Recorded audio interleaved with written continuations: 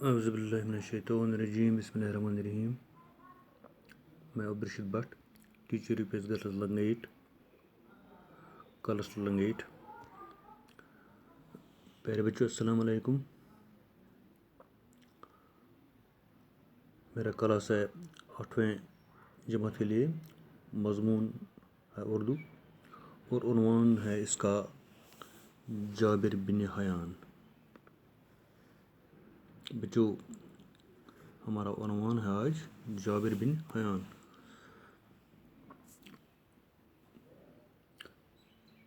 تو کہتے ہیں کہ آج سے کوئی سینکڑوں سال پہلے 818 عیسوی کے آس پاس کوفہ میں ایک عطار رہا کرتا تھا. تو کہتے ہیں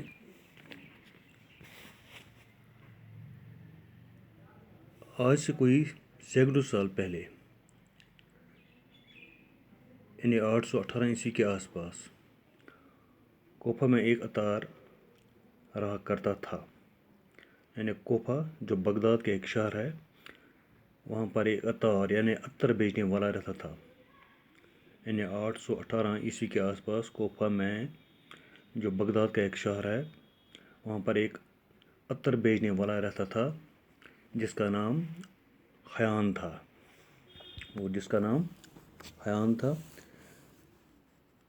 تو عطاری سے مشکل سے اس کی گزر بسر ہوتی تھی. تو عطر بیچنے سے کیا ہوتا تھا، اس کی مشکل سے اس کی جو روزی روٹی ہوتی ہے یعنی 2 وقت کی روٹی ہے، مشکل سے وہ اس پر یعنی اس عطر بیچنے سے اس کو ملتی تھی.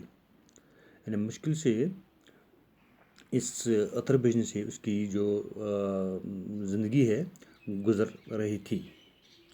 اس کے پاس ایک بیٹا اس کے ہاں ایک بیٹا ہوا. تو کہتے ہیں کہ اب تو اس کا ایک بیٹا بھی پیدا ہوا جس کا نام انہوں نے جابر رکھا. یعنی اس عطار جس کا نام ہے حیان، تو جو مشکل سے اس عطر بیچنے سے اپنی روزی روٹی کماتا تھا، تو اس کے اب ایک لڑکا بھی پیدا ہوا جس کا نام جابر رکھا گیا. حیان کو فکر لاحق ہوئی کیا ہوگا، روزی روٹی کا مسئلہ کیسے حل ہوگا. تو جو یہ حیان تھا یعنی عطر بیچنے والا تھا، تو اس کو اب یہ فکر محسوس ہونے لگی کہ اب جو اس کی جو روزی روٹی کا مسئلہ ہے وہ کیسے حل ہوگا. تو پیسہ کمانے کے لالچ میں وہ چھوٹے بڑے جرائم میں ملوث ہو گیا. تو پیسہ کمانے کے لالچ کیونکہ اس کی آمدنی جو محدود تھی، اس پیشے سے جو پیشہ وہ اختیار کرتا تھا یعنی عطر بیچا تھا، تو اس سے محدود اس کی آمدنی تھی. اب اس کو اب وہ اسی سوچ میں پڑ گیا تھا. تو اسی سوچ میں وہ کس چیز میں پڑ گیا، تو جرائم کے پیشے میں پڑ گیا. یعنی جرائم کے پیشہ اس نے اختیار کر لیا اور وہ اس میں پھنس گیا. جابر ابھی نہایت ہی کم سن تھا. تو کہتے ہیں کہ جابر جو اس کا بیٹا تھا ابھی کم عمر ہی تھا، یعنی بہت چھوٹا بچہ تھا کہ باپ کا سایہ سر سے اڑ گیا کہ اس کے جو والد صاحب ہیں اس دنیا سے کوچ کر گئے، یعنی فوت ہوئے، اس دنیا سے چل بسے.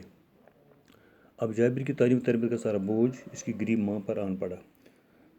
تو اب اس کی ساری ذمہ داری یعنی جابر کی ساری ذمہ داری، اس کی کھانے پینے کی ذمہ داری، اس کی پرورش کی ذمہ داری، اس کی تعلیم و تربیت کی ذمہ داری اس کی غریب ماں کے کندھوں پر آن پڑی. ماں نے کم سن جابر کو کوفہ کے باہر گاؤں میں اپنے رشتہ داروں کے پاس بھیج دیا. تو چونکہ ماں غریب تھی، وہ مشکل سے اپنی گزر بسر کر رہی تھی. تو اب اس نے کیا کیا، اس نے اپنے بیٹے جابر کو اپنے رشتہ داروں یعنی جو کوفہ میں رہتے تھے انہیں کے ہاں بھیج دیا، ان کے پاس بھیج دیا. اس طرح جابر کو بچپن کے یہ دن دیہات کی آزاد فضا میں گزارنے کا موقع ملا. اس طرح جابر کو بچپن کے دن یعنی جابر کی جو بچپن کے دن تھے وہ گاؤں کی آزاد فضا میں اسے گزارنے کا موقع مل گیا۔ گاؤں میں سے معمولی تعلیم میسر ہوئی، چونکہ گاؤں میں ایسی سہولت میسر نہیں تھی جس سے وہ اپنی تعلیم میں کچھ اعلیٰ درجہ حاصل کر سکے، اس لیے وہاں پر اسے معمولی تعلیم حاصل ہوئی۔ البتہ تلاش جستجو کا مادہ اس میں کوٹ کر بڑھ گیا۔ البتہ وہ اس تلاش میں تھا، اس کشمکش میں تھا۔ تو کچھ سال گاؤں میں گزارنے کے بعد جابر واپس کوفہ آ گیا۔ تو کہتے ہیں کہ کچھ سال اپنے ماموں کے ہاں جو گاؤں میں رہتے تھے، تو وہاں پر کچھ سال گزارنے کے بعد واپس کوفہ آ گیا۔ ان دونوں کوفہ میں عمدہ علمی ماحول تھا۔ تو کہتے ہیں ان دونوں کوفہ میں عمدہ جو تعلیم کا ماحول تھا وہ تو بہت ہی عمدہ تھا۔ جابر میں مزید تعلیم حاصل کرنے کا شوق پیدا ہوا۔ تو کہتے ہیں کہ جابر چونکہ کافی ذہین تھا تو اسے مزید تعلیم حاصل کرنے کا بہت ہی شوق تھا۔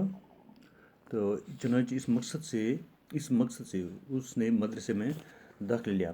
تو اپنی تعلیم کو جاری رکھنے کے لیے تو جابر نے کیا اس نے مدرسے میں پھر سے داخلہ لیا اور مروجہ تعلیم حاصل کی۔ اب جابر جوان تھا، تو اب وہ سال بہ سال جوان بنتا گیا، یعنی اب وہ جوان ہونے لگا۔ اس سے ماں کی غربت دیکھی نہ گئی۔ تو کہتے ہیں کہ چونکہ اس کی ماں بہت ہی غربت میں مفلس میں اپنی زندگی گزارتی تھی، تو جابر سے یہ رہا نہ گیا۔ چنانچہ اس پر سونا بنانے کی دھن سوار ہو گئی۔ تو کہتے ہیں کہ جابر کو سونا بنانے کی یہ لت پڑ گئی کہ وہ چاہتا تھا کہ میں سونا بناؤں گا، اور اس نے مختلف قسم کی دوائیوں کی خاصیتیں معلوم کرنا شروع کی۔ تو اس طرح اس نے کیا مختلف قسم کی دوائیاں اس نے جمع کی، تو ان کی خاصیتیں معلوم کرنا شروع کی، کوئی کس دوا میں کون سی خاصیت ہے، کس کام کے لیے استعمال کیا جا سکتا ہے۔ ساتھ ہی قسم کی دھاتیں لے کر انہیں طرح طرح کی جڑی بوٹیوں کے ساتھ ایک خاص قسم کی بٹی میں پگھلانا شروع کیا۔ اور ساتھ ہی اس نے کیا ایک تو پہلے اس نے دوائیاں اکٹھی کی اور دیکھا کہ کس دوا میں کون سی خصوصیت ہے، کون سی خاصیت ہے، یہ دوا کس چیز کے لیے استعمال کی جا سکتا ہے۔ اور ساتھ ہی اس نے دھات بھی اکٹھا کرنا شروع کی اور ان کو بٹھی میں پگھلانا شروع کر دیا، اور یعنی ان کو آگ کی بٹھی میں پگھلانا شروع کر دیا۔ اس کے گھر میں قسم کی جڑی بوٹیاں، طرح طرح کی دھاتیں، الگ الگ شکلوں کے برتن تھے۔ تو کہتے ہیں اس کے گھر میں آپ مختلف قسم کی جڑی بوٹیاں اس نے جمع کر لیں۔ تو اس طرح کی دھاتیں اور مختلف قسم کی دھاتیں، الگ الگ شکلوں کے برتن اور الگ الگ شکلوں کے برتن تھے۔ وہ ہر وقت کیمیا گری کی نت نئے تجربے کرتا رہا۔ تو کہتے ہیں وہ ہر وقت، یعنی وہ اپنا سارا وقت کس میں صرف کرتا تھا، یعنی کیمیا گری میں، یعنی بہت سارے تجربات وہ کرتا تھا۔ کیمیا گری کے ان تجربوں کے دوران اس نے بہت سی چیزیں ایجاد کی۔ تو کیمیا گری کے ان تجربات کے دوران تو اس نے کیا وہ ہر وقت یعنی وہ تجربات کے دوران اس نے بہت سی چیزیں ایجاد کی، یعنی بہت ساری چیزیں اس نے ایجاد کی، یعنی نئی چیز اس نے بنائی۔ یعنی کیمیا گری کے دوران، تجربات کے دوران اس نے بہت سارے نئی چیز بنائی، یعنی ایجاد کیے، جن سے لوگوں کو کافی فائدہ ہوا، یعنی جو چیز اس نے ایجاد کی، جو چیز اس نے اس تجربات کے دوران بنائے، ان سے باقی لوگوں کو بہت فائدہ ہوا۔ اس طرح جابر کی شہرت دور تک پھیل گئی۔ تو کہتے ہیں اس طرح جابر کی جو شہرت تھی بہت دور تک پھیل گئی، کیونکہ اس کی بنائی ہوئی چیزیں لوگوں کو بہت ہی کارآمد ثابت ہوئی ہیں۔ ہارون رشید جو اس وقت بغداد کا خلیفہ تھا، کہتے ہیں کہ ہارون رشید اس وقت بغداد کا خلیفہ تھا، بادشاہ تھا، نے جابر کو بغداد آنے کی دعوت دی۔ اس نے جابر کو دعوت نامہ بھیجا۔ جابر بغداد گیا، تو اس طرح جابر نے کیا وہ بغداد گیا ہارون رشید کے خلیفہ کے پاس، تو اس کی بڑی قدر ہوئی تھی، وہاں پر اس کی بہت ہی عزت افزائی ہوئی۔ خلیفہ نے اسے انعام اکرام سے نوازا۔ تو خلیفہ نے اسے کیا کیا، خلیفہ جو بغداد یعنی خلیفہ ہارون رشید جو بغداد کا بادشاہ تھا، اس نے اس نے زیبر کو کیا بہت ہی انعام اکرام سے نوازا، یعنی اس کی کاریگری، اس کی قابلیت کو دیکھ کر اسے بہت سے انعام اکرام سے نوازا۔ تو بچوں آج ہم یہاں تک ہی پڑھیں گے، یہاں پر اختتام کریں گے، تو کل اس کا دوسرا حصہ پڑھیں گے۔ السلام علیکم۔